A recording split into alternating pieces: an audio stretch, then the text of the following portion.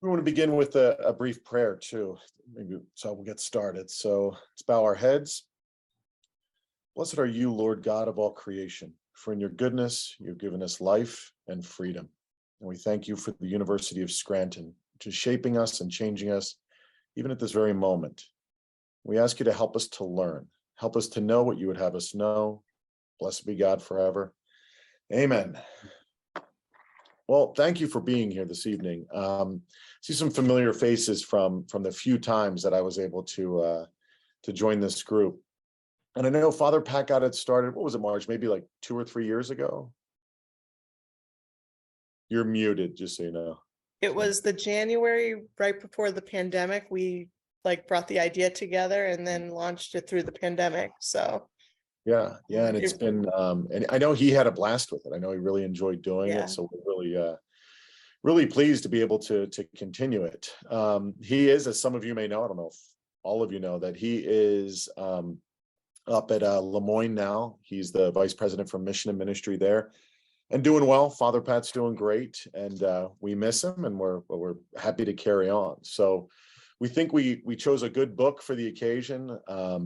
Father Greg is always an interesting read, and his work is just wonderful to embrace. So we certainly hope that you enjoyed it, or at least the first part of it. I'm Ryan Sheehan. I'm the executive director of the Jesuit Center.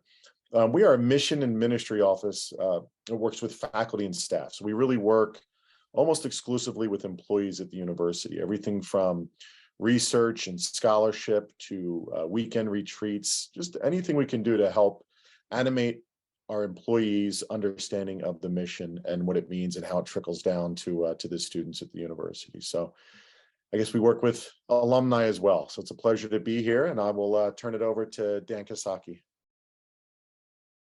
Well, thank you very much, Ryan, and thanks so much to everybody for joining in. So I'm the new kid on the block, as it were. I just started in this role, so I'm the vice president for mission and ministry here at the University of Scranton now.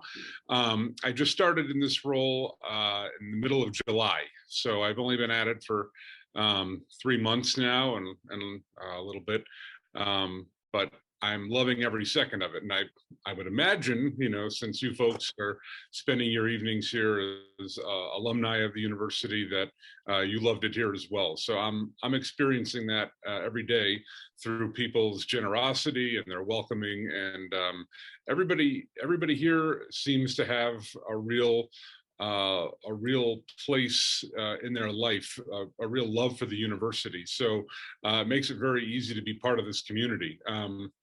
I maybe just say a few more words of introduction about myself, and then we can dive into the book. I taught the last 3 years at Marywood University across town here in Scranton in the religious studies department. I have my PhD in Christian ethics from Loyola University, Chicago. Before that, a master's from Boston College. Before that, a bachelor's from Fordham. So many years in the Jesuit world, and very proud and honored, privileged to be here at the university, and not least of which because that means I get to spend a lot of time in situations like these with people like you who also love the university. I have a wife, Julia, and a 6-year-old daughter, Samantha. So that's a little bit about me. But I really am excited to talk about this book, and I don't know if Ryan has any more to add by way of introduction, but I don't know if any of you folks, I'm imagining that possibly some of you were part of the earlier book clubs on Tattoos in the Heart and Barking to the Choir, which were Father Greg's first two books. So this book is the third one. I heard him say at a lecture that he was giving that he wanted this third book to be, one of his goals was that it would be unlike Godfather 3, in other words, that it wouldn't suck. So that's having read the first half of it with you folks, I think he fulfilled his goal at least. But maybe we'll kick it off with just maybe some first impressions about what we've read so far. Or Ryan, did you have anything else you wanted to add before we? Okay, maybe some first impressions about what we read. Maybe before we start, I wonder if everybody got the prompts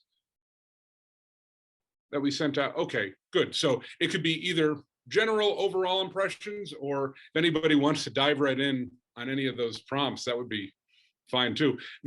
Ryan and I were talking about this earlier, and we basically agreed that this is voluntary, so it's informal. So basically, any direction that folks want to take this in, we're game. Mhm.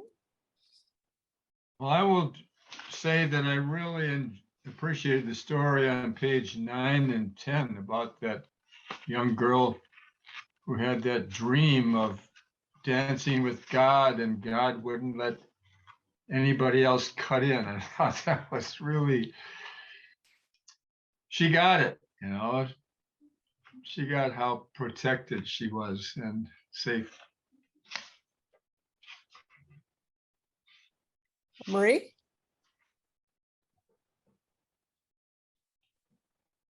You're on mute.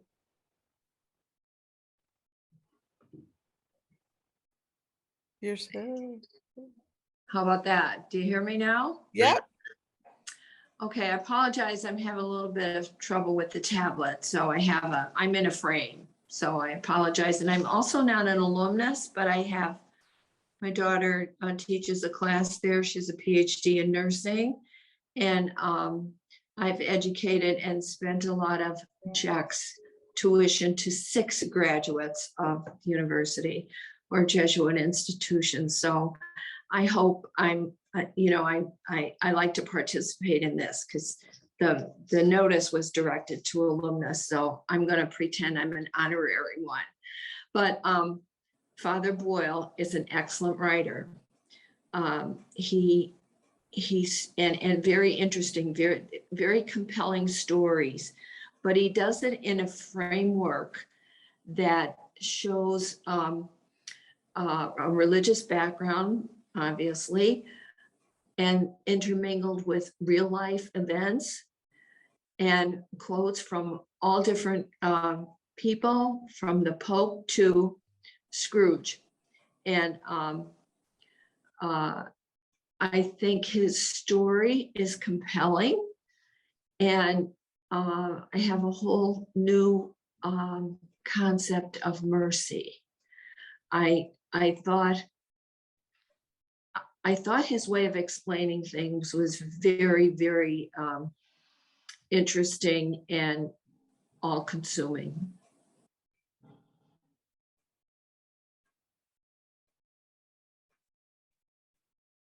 Okay.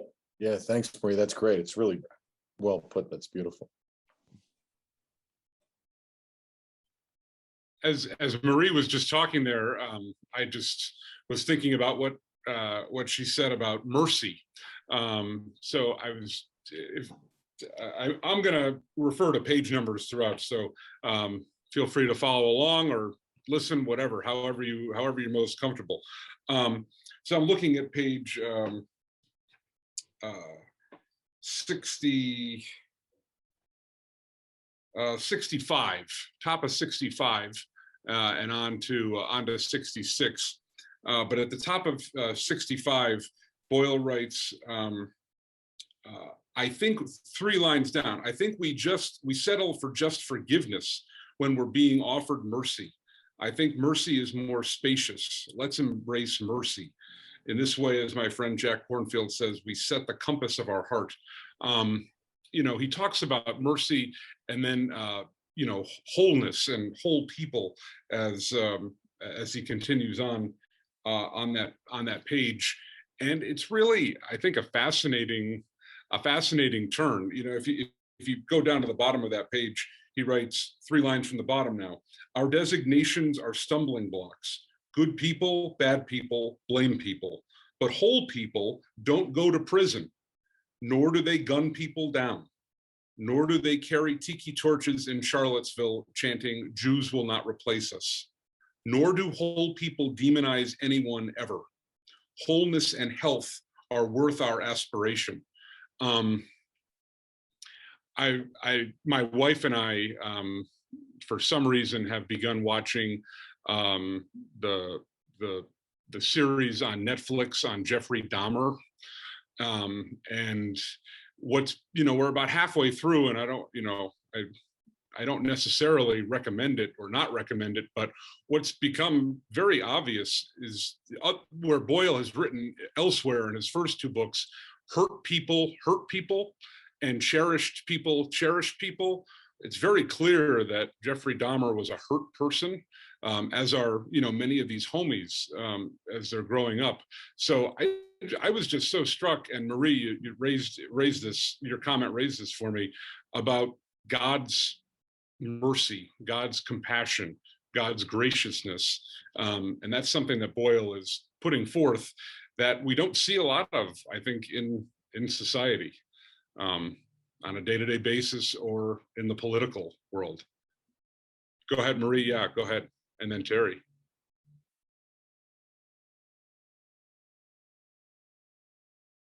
Marie, you're muted again there. In the same concept on page 66, and I found this interesting. After one of the lectures, someone went up to him, Father Boyle, and said, "You never talk about forgiveness." And then he refers to on 66 on the first paragraph, the father in the gospel runs to his son. He is still a long way off. Find me anywhere in the story where the father forgives his son. Well, I'm of the view that just the fact that the father's running towards the son and welcoming him with open arms not only shows mercy, but like forgiveness is a subset of mercy. You can't reach mercy unless you forgive. That's just what I took from that. But it's interesting because in his books, in Father Boyle's books, he really doesn't focus on forgiveness. And it's an interesting aspect to what he's doing, because obviously he's seeing, and this connects to the wholeness of individuals. You're looking at individuals, if you feel the wholeness of God within you, then you're seeing that in other people. Then maybe there's no reason to forgive. You have mercy, but underlying that mercy is forgiveness. So I don't know. That's just my idea. Thank you. Terry, please. Yeah, to build on what Marie was just talking about, one of the things that I went to Mass on this weekend, and they had a visiting priest that was also working at a preparatory school in the area. And he was talking about, on the homily, he was talking about exactly this book and the homeboy industries. And it was so fascinating because he took the school, some of the boys, to hear this presentation done, and they actually had some of the people that were previously in gangs speaking, and a lot of the kids were very intimidated going in. They were a little bit scared. They had never been around somebody in a gang, and they were a little hesitant. And he was using that as a chance to reach out. What would Jesus do, and how did Jesus react, to people that were not as desirable or people that were afraid. So it was really interesting how he pulled in the kids, and by the end, the kids, shook the hand of the previous gang members, and one of them turned to Father and said, "His skin is so soft. I didn't anticipate. He actually wants to be my friend," which was really eye-opening. Sad, but at least it was eye-opening experience for him. So it was just such a coincidence to have him talk about that, about the homeboy industries. when we're reading about it and what an impact it made to those kids and to me. I've enjoyed this book so far. So thank you for choosing the book. Thank you so much for your comments. Judy? I didn't think of this until right now while we're having the discussion about mercy versus forgiveness. But forgiveness implies someone did something wrong. And I think what mercy is just beyond that. It doesn't enter into it right or wrong. It's just love. And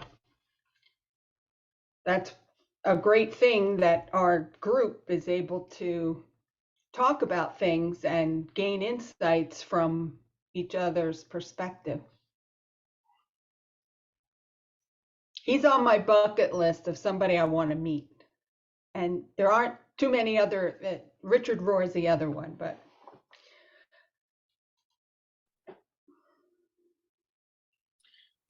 Thank you very much. And as you folks were all talking about mercy, and you brought up the parable of the prodigal son, or the parable of the prodigal father, however you like to call it, it's it's so fascinating for two reasons. I mean, thinking about it from the son's perspective and thinking about it from the father's perspective in that story. If you notice, and thinking about the complexity of mercy vis-a-vis forgiveness, the whole reason the son goes back to the father in the first place is because they eat better at his dad's house. You know, he's realizing he's eating with the pigs. They eat better at his dad's house, so that's why he goes back. And then from the father's perspective, you know, we've already, the last few comments have said how he's running because he notices that his son is there from a long way off. So presumably he's out there looking for his son from that same vantage point every day. You know, who knows how long. But every day, you know, and that's what God's mercy is like, Boyle is trying to tell us, I think. Yeah, please, Mary Jane, please. So my home department is in nursing, so I'm curious as to my colleague's mom who's on this call. I am an alum of Scranton, and I teach in the nursing department now. And so I love this book. It's been riveting. I've been listening to it, and so I find that I can't wait until the evening when I can sit and listen to the book. I'm curious about Father's theology, though, in certain ways.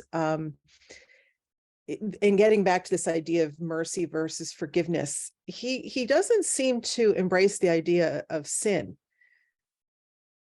And so I'm thinking, how does that work then? Because I guess if he doesn't, maybe that's why he doesn't talk about forgiveness. And at one point I thought I heard him say it's you know, that's the downside of the audio book, is you can't go back. I mean, you can, but it's hard to go back and listen or reread. He said something to the effect of you know, God not having a evil twin, meaning Satan. But of course, that's not what the Catholic Church teaches anyway about Satan. So I was just sort of, you know, that Satan was a creature, not God's evil twin. So I was just curious, like, what his, if anybody knows, Father's theology on this.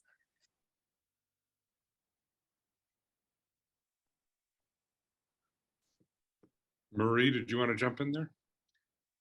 Well, my idea, I don't know if it's right, but my idea is that Father Boyle views the wholeness of a person, and God dwelling within you as a whole person with faith.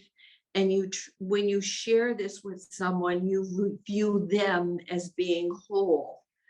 So therefore, if there are transgressions, it's really his compassion and his mercy that looks upon the individual, and then forgiveness is a subset of that. And I think he's actually forgiving in his heart, but he doesn't want to stress forgiveness. Because forgiveness is a part of mercy. He wants to emphasize the wholeness of everyone and the embracing of everyone and the communion of everyone. And to do that, everyone has to work to be together and help others along the way in faith and trust and wherever it takes you, even humor, but that's just my idea. And Mary Jane, my daughter's name is Karen.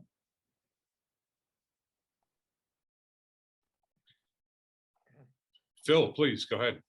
I can echo Dr. DiMattio's point about wondering about theology.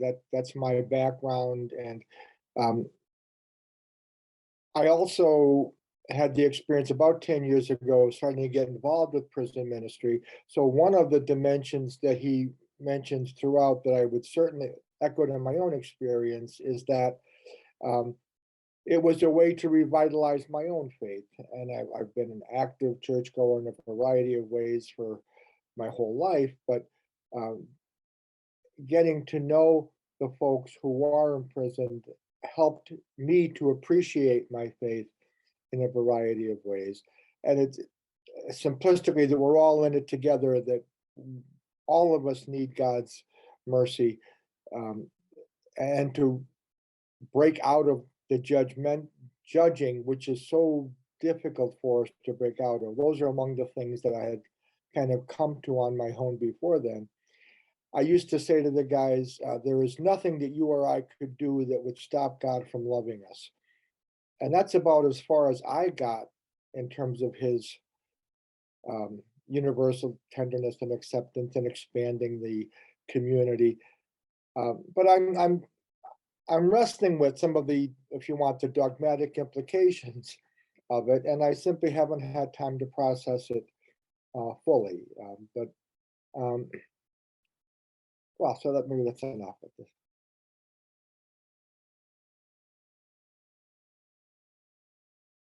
Maura, please.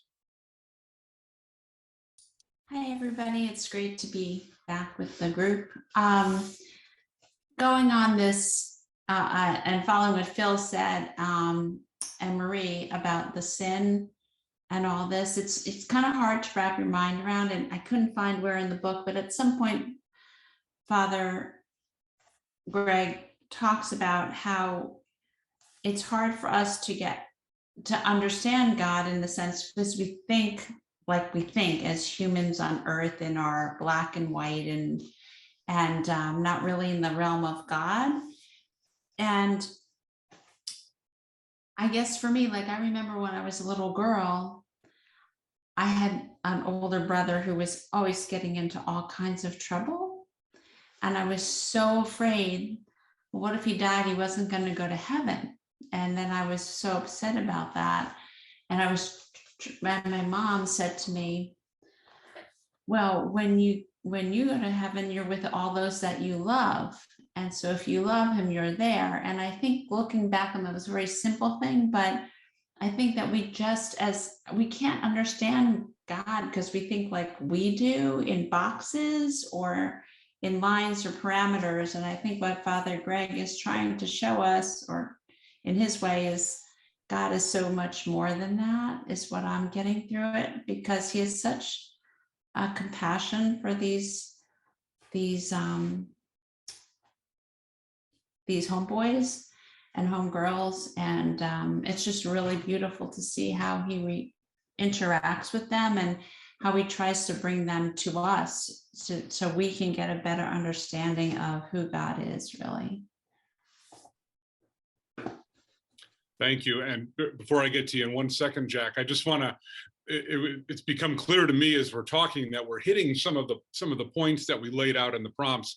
So for example, Mary Jane brought up this question about sin, which we should keep in the rotation here as potentially, I don't want to put words in your mouth, Mary Jane, but it's a question here. Is this potentially something that didn't necessarily work as well in Boyle's writing?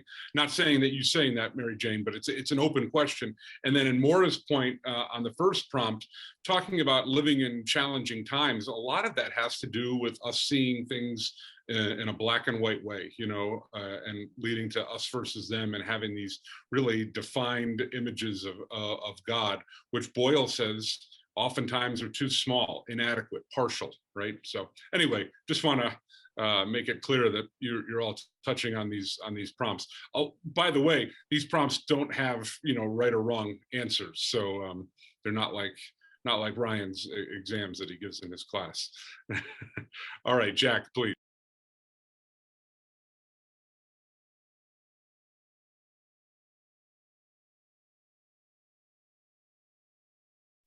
You're muted, Jack.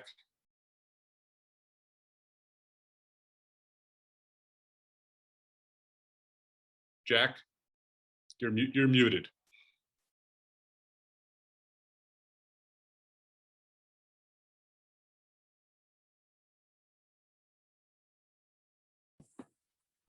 Can you hear me? There you go. Perfect. I'll be very candid. I had very high hopes about the book after reading the introduction, but I have found it to be extremely challenging. One of the things that just has seared in my mind was something that was written on page 38, the bottom of the first paragraph, where it says, "People aren't wicked. They are strangers to their own goodness." Now, I live in Florida, and today, down in Broward County, Nicholas Cruz, who killed 17 people at the Marjorie Stoneman Douglas High School, had to sit and listen to the families of the victims. I have a very hard time thinking that Nicholas Cruz, who murdered 17 people, including many children, is a stranger to his own goodness. I have a very hard time believing that people in the last administration who separated migrant parents from their children are strangers to their own goodness. Can you help me with this?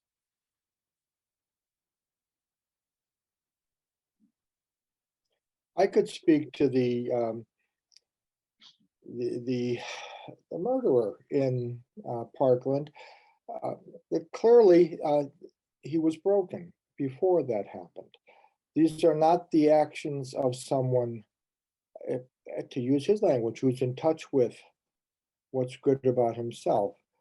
The broken, hurt people hurt people. I don't think you don't need to be a psychiatrist to recognize that dimension of the gentleman that did it. Well, let's not medicalize him. Why not just say he's evil? Because I think his point is that he's not evil, is that he had like he talks about the thorn, that these people have had situations in their lives that make them that way. Like, I wasn't brought up that way. I was brought up in a very kind, loving environment. So I don't have that inclination to go kill somebody. And he's saying that if you, like a mentally well person would never go kill somebody. So these people have mental illness. And that's why they do what they do. Mentally ill. They don't kill 17 right, people. But there's so many different levels. Children from their parents. Yeah, Jack, right, I hear where you're coming from, Jack. Oh, I'm sorry, Joni, I don't want to jump in. I hear where you're coming from too, and watching that, it causes me a lot of pain. I watched a lot of that trial. I have a law background. I guess that's not the only reason one would watch that. And I feel for the parents. I mean, it's unbelievably heart-wrenching.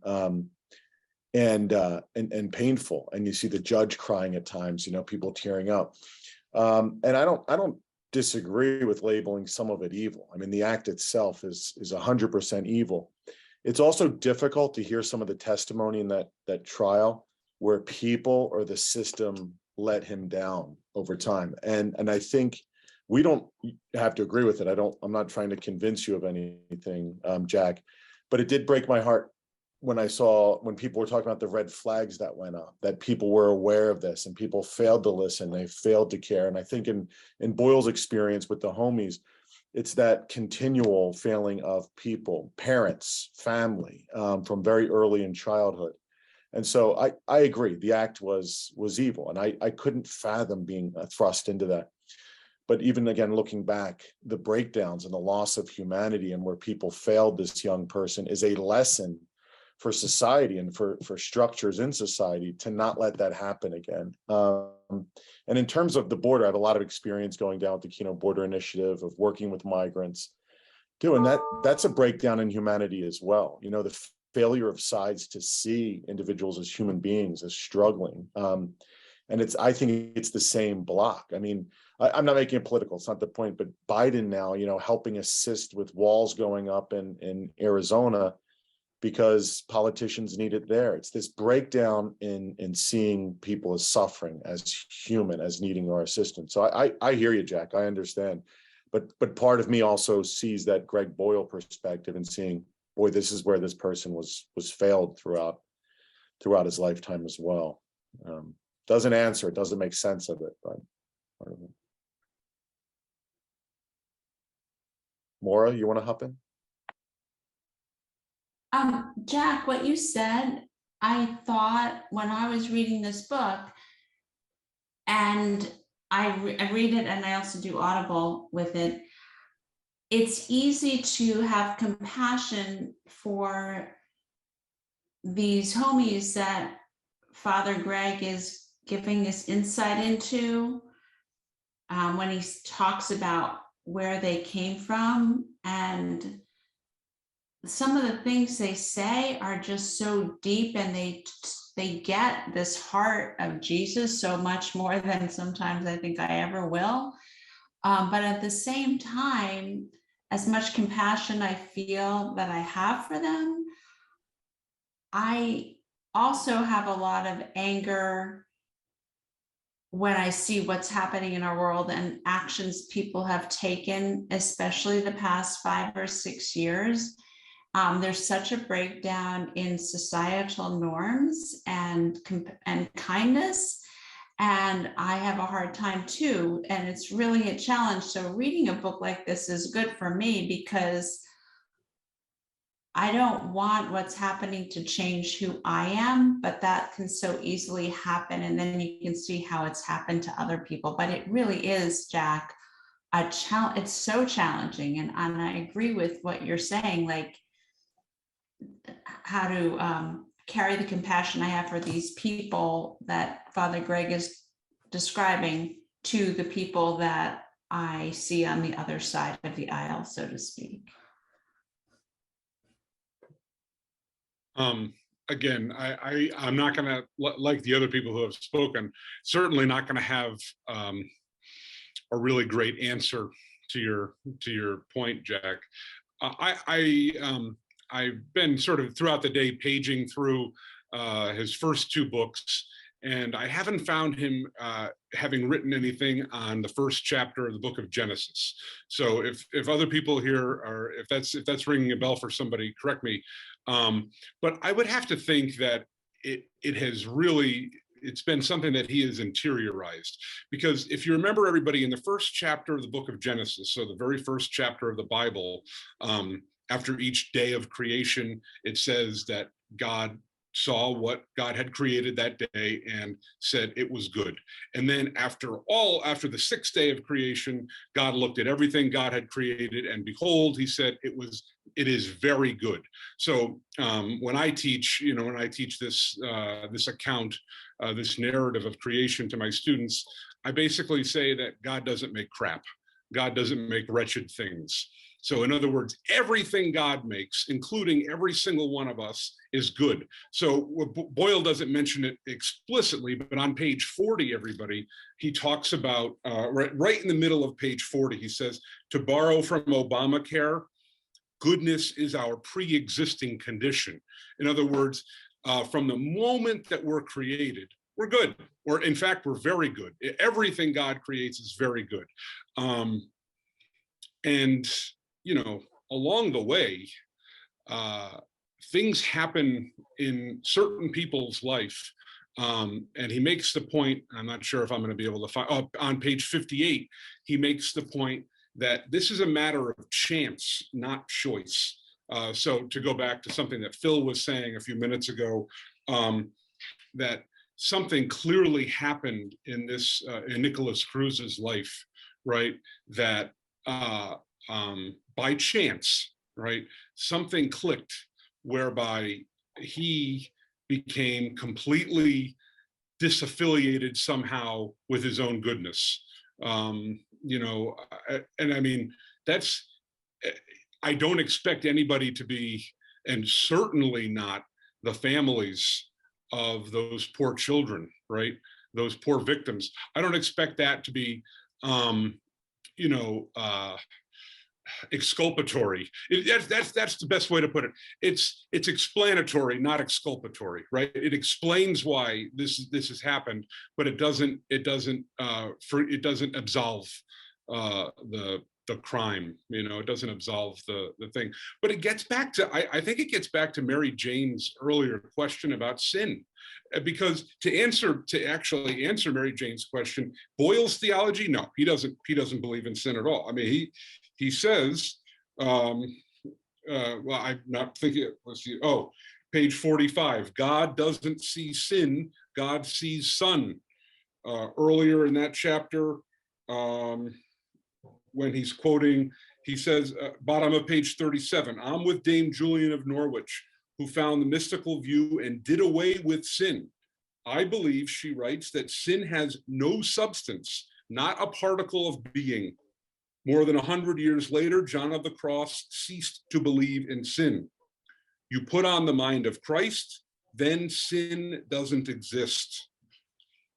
So, I mean, you know, does that work? I mean, I'm not here to say that's right or wrong, but I think to answer Mary Jane's question, no, he doesn't have much of a theology of sin other than to say, in God's eyes, no. But then I would just be curious, then why does he think Christ died for us? You know, I'm not sure I have that page number. I'm not sure I had that page number, but you recall that he did say that he says, in his opinion, let's see, maybe I do have the page number, page 31. Yeah. About 10 lines from the bottom of page 31, he writes, truth be told, Jesus hardly mentions sins, and I'm not sure he'd say he died for them. Oh, wow. Yeah. That's pretty, yeah, There's a great book that if you really want to dive into the weeds on this, maybe this could be a future book club selection. I'm looking at my shelf. It's Elizabeth Johnson's newest text entitled "Creation and the Cross," in which she really tackles this question sort of head on. Anyway, that's neither here nor there. That's a tangential point, but yeah. I mean, you know, and again, like that's just a really, to me, that's a pretty radical statement if you think about it, right? Because I would disagree with Boyle. I mean, essentially throughout Scripture, there's plenty of reference to sin. Although I don't have the background, of course, to know, what some of the verb, I know that sometimes different words are not really as they appear in the English translation and so forth. But there's plenty of times all throughout Scripture where, and again, I don't want to give the impression that I'm like super into like sin and people being bad and judging people, because that's not. I have a huge devotion to the divine mercy, for example. So I don't want to give that impression at all. But I couldn't help but be really just taken aback by that position. And I guess I would be curious, did John of the Cross really say he didn't believe in sin? I'd have to look into it. So again, I've learned a lot, just from reading this, and it's been very thought-provoking. Thank you. Maura? This line is like one really makes you think about everything we're talking about. The singular sin of the world on page 32, to fail to see with God's eyes, to see coats when we really all are sheep. And I think that's what this book is bringing to me, is how do I see that way, you know? And I think that right there is that sentence where I don't understand it. I don't understand where there isn't the sin in the world, but that's something to ponder, I think, and to look at.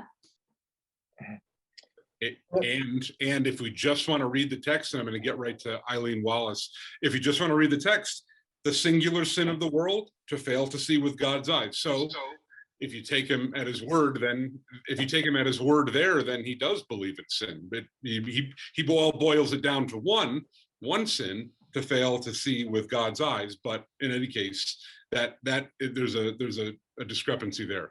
Eileen, you had or somebody in your. Yes. Sean, Eileen's husband. Sean, thank you. It seems I would disagree that sin is not in the New Testament. I mean, it is, and there's discussions of it, and he makes vague allusions. But I think probably what he's trying to convey, perhaps, is that again, God's not looking at the sinner or the person because as a sinner.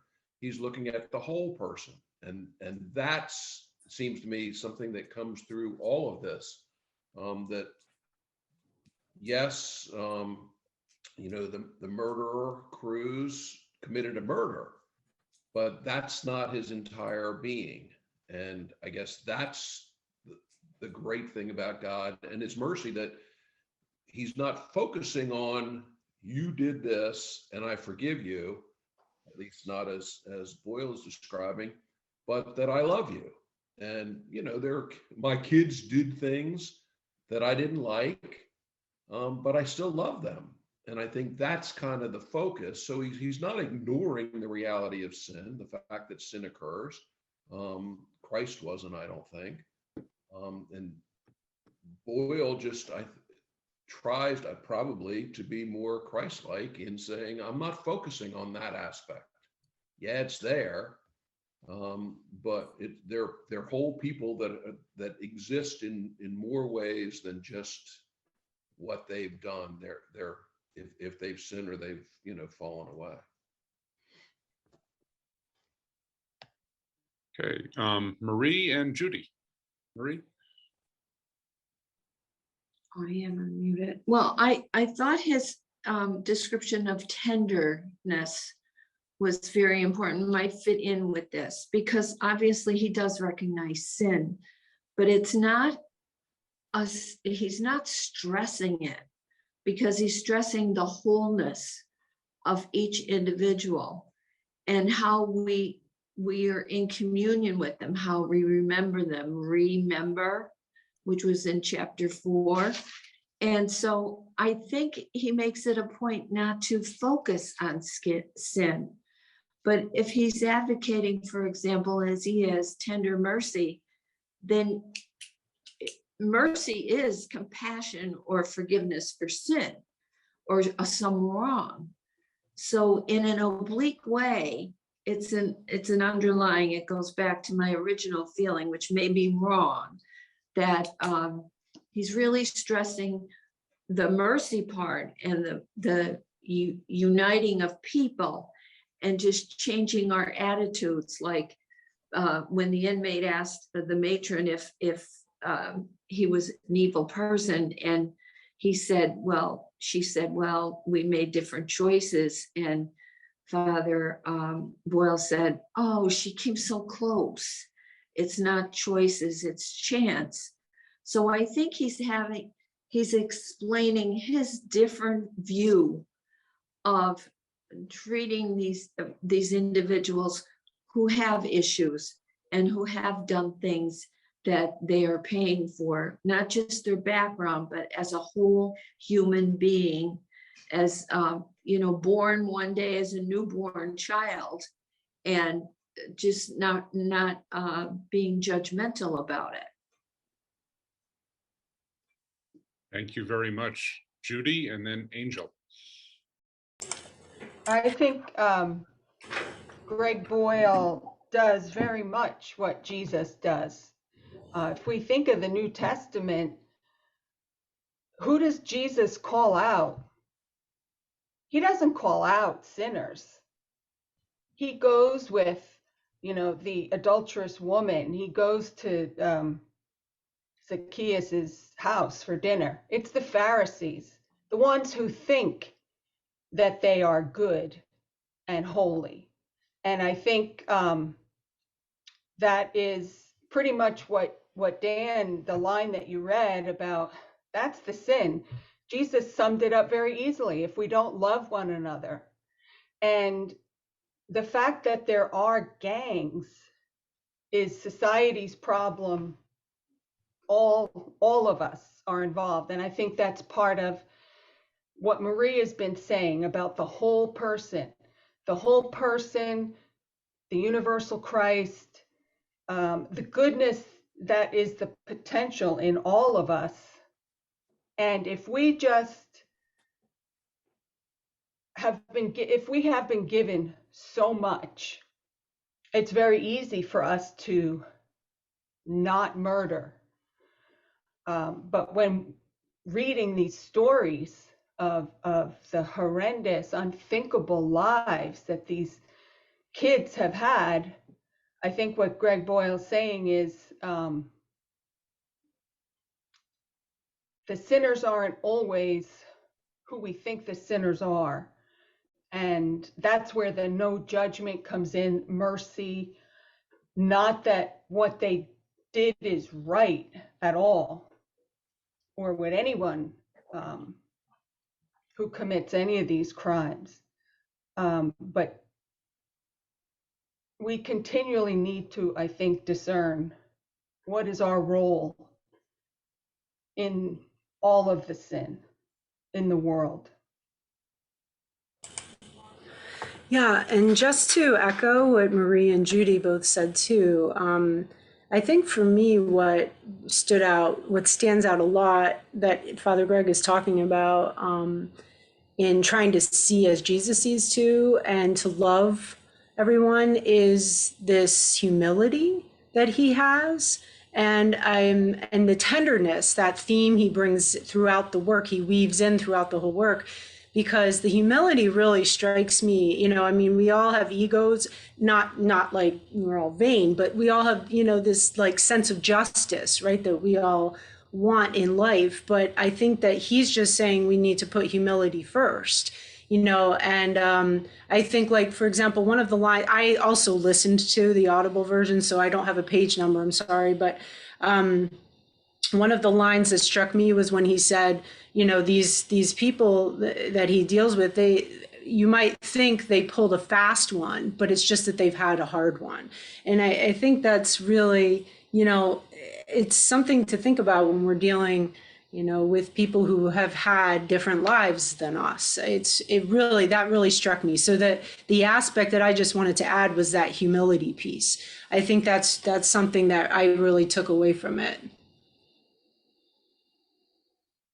Thank you very much, Judy, and then Phil.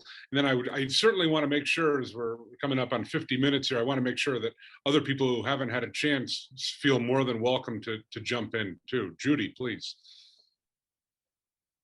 I forgot to mention that, the story and the parable of the prodigal son is really perfect for this, because my whole life I was always thinking the son that came back, the son that disowned his father, the son that blew all the fortune is the one who's the sinner. And then in reading Henry Nouwen's The Return of the Prodigal Son, it gave me this new insight, like flip it around. Let's think about the older son. We all want justice, as Angel said. And believe me, I identify with that older son. If I'm doing everything that's right, it's really hard when somebody else gets a break that I didn't get. It's really, it's what's fascinating about, well, one of the many things fascinating about that parable is that Jesus never says whether or not the older son goes into the party that the father is throwing for his younger son. And, in a lot of ways, we're left to sort of fill in the blanks. We're left to fill in the gap. Are we going to go into that party? Or are we going to sort of stand outside that party, which is the party, by the way, is God's mercy, right? Are we going to go in, or are we going to stand sort of sulking that it didn't work out the way we thought was just? Phil. So the topics of sin and judgment, and I would offer providence. How does God work in the world? Are some of the ways where Father Boyle's perspective challenges what most of us have been taught. And I would suggest that it's not that he ignores the reality of sin, but that he he sees it differently. And he does use the image of a disease, a brokenness, or of disease.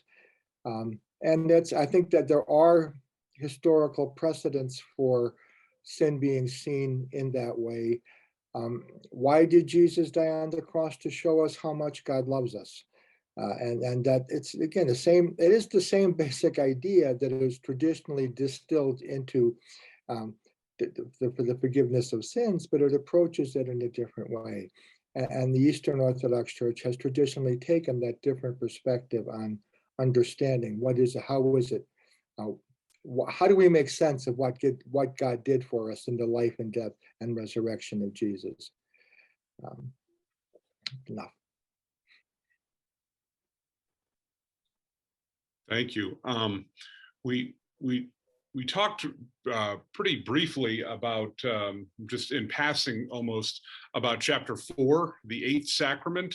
I really enjoyed this chapter. I don't know if anybody else had any sort of thoughts about it, or in particular the last sentence of the prompt. In your experience since graduating, where have you encountered the 8th sacrament? He talks about that on page 75, in your own life, taking into account the framing of finding God in all things. Any thoughts on that? Any takers?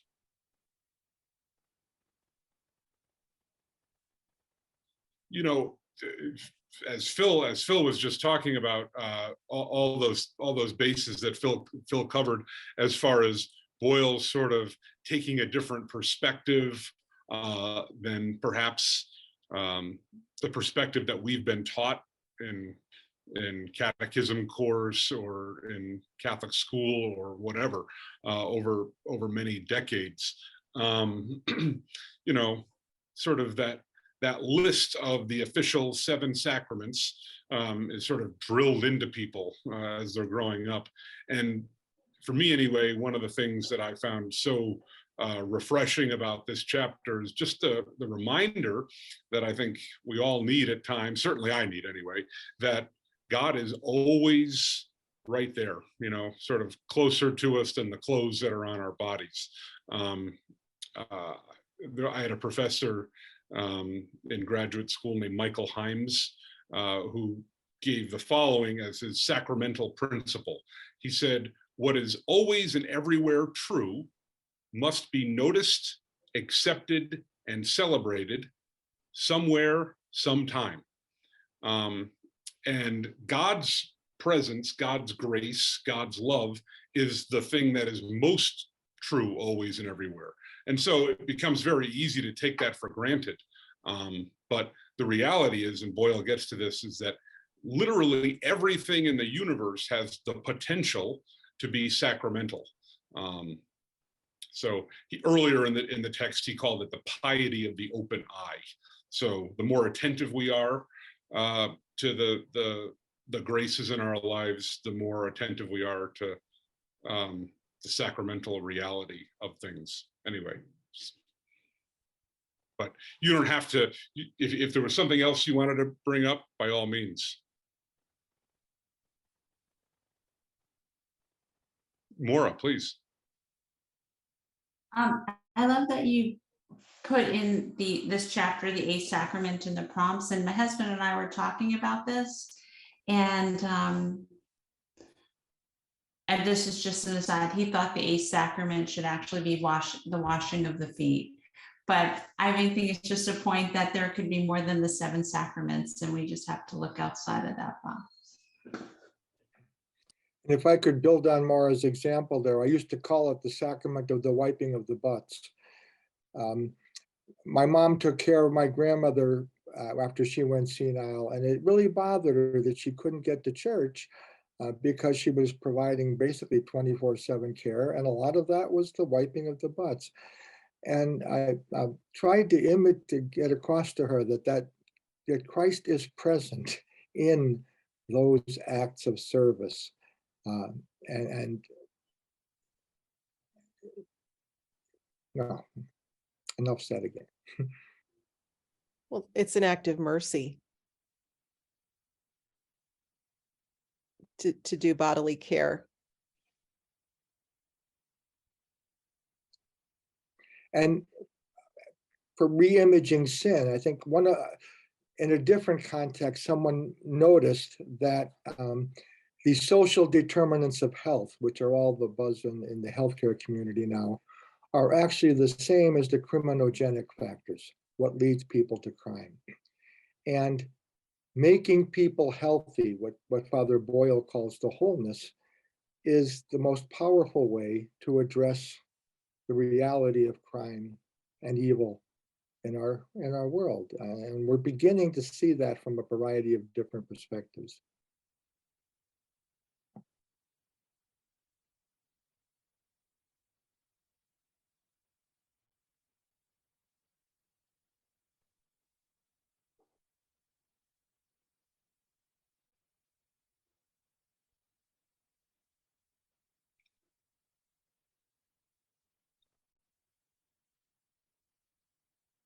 Anybody else want to jump in on this topic or any other topic from the text that stood out to you?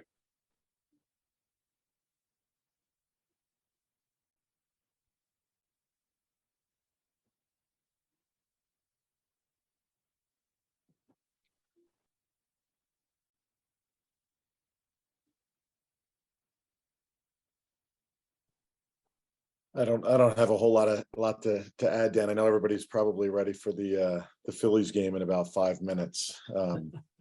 And my son has been calling the last couple minutes. I've been hanging up, so I think he's asking when I'm coming home. There are, it's not a theological take what I have to say or Christ take on some, which are all valuable takes, and I'll be certainly looking up tomorrow and looking into. But I think, and I'm not trying to oversimplify it, but maybe just sort of explain it, or at least offer my perspective. At the end of the day, there are extreme examples of sin and pain and suffering, and we see war, and we see the shooting, like Jack brought up. But on an everyday level, I mean, the sin's not all created equally. My wife literally today is trying to figure out a way to get another dog into the house, another puppy. And I don't think she's entirely telling the truth. I don't think that's the worst sin that either of us has, committed against each other in the 20 years that we've known each other. Probably won't be the last time either. But just as a simple, it's just a block. It's an easy way to other people, to block our relationship with God, to block our relationship with other people. And what I like, he writes in the middle of 80, which I think was one of the last pages that was referenced. The holy rests in every single thing. Yes, it hovers over our crazy asses. And how difficult it is even to use the word forgiveness, to forgive ourselves, right? To show mercy to ourselves so that we can have that relationship with God. How often it obfuscates our own relationship and understanding, and then how easy it is to then judge others. Sin is used to separate. That's Ignatius's definition of evil and sin: the enemy of our human nature, something that can get in the way of something good and prevent it from happening. And yes, so the extreme examples are really hard for me and for everyone to put into their proper place. but even just on an everyday basis, it's just such an easy way to block our relationships with others and with God. And I know when he's speaking about it, it just makes it easier to break it down, to have a better understanding of what people are dealing with, so that we just judge less. And maybe at the end of the day, it's up to Christ to sort of determine what is sin and what isn't. And maybe our job to maybe forgive a little bit more and maybe not judge as much. So that's my final take. So.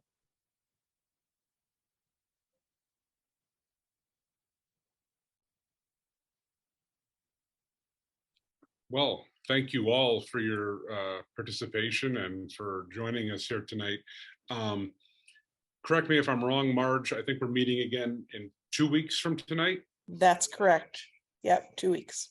And we'll plan on finishing up the second half of the book for that. And Ryan and I will post prompts again in a week or so.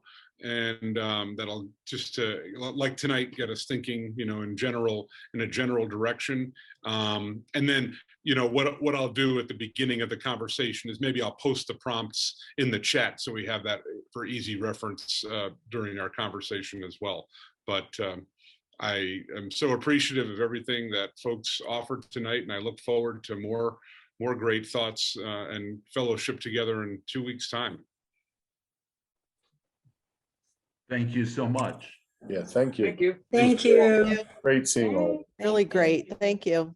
Good Yeah, night, thank you, everybody. Good night. Go Phillies. Yeah. Even though I'm a Yankee fan, I'll still say it. Nobody likes Houston. Nobody likes Houston. Right. Yeah, They're very cheaters. true. Yeah. Yeah. Be well, everybody. We'll Good see night, you soon. everyone. Thank you.